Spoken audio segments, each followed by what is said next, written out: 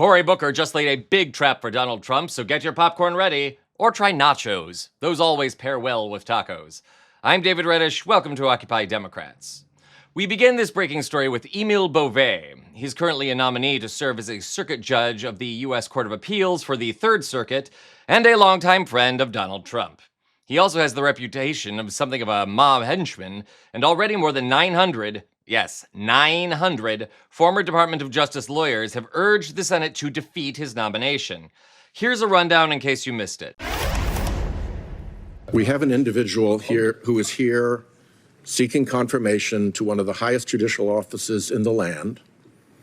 I'm asking quite legitimate questions about potential misconduct in office, and the fact that I can't get anything resembling a straight answer in the circumstances that we're in right now, I think is signals a really bad moment for this committee, and I hope we can reconsider.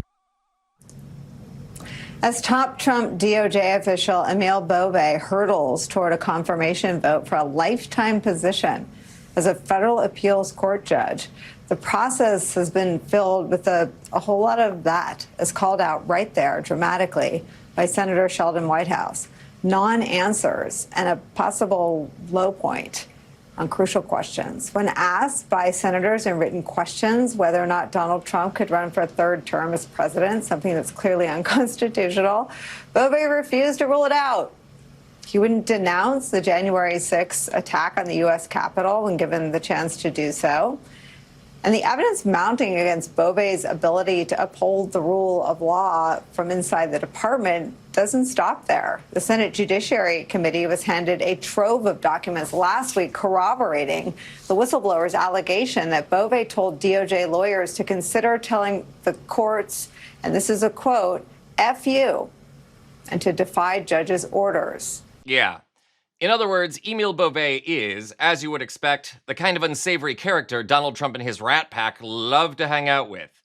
What's this have to do with Cory Booker? Getting there.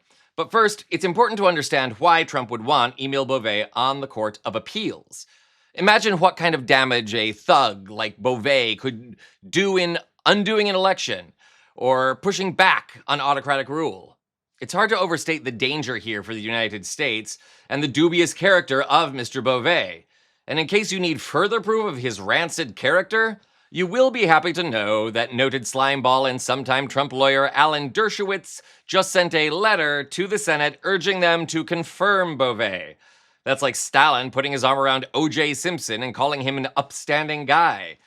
Oh, and for the record, Dershowitz advised the defense team in O.J. Simpson's murder case, which only reinforces the rancid nature of these people.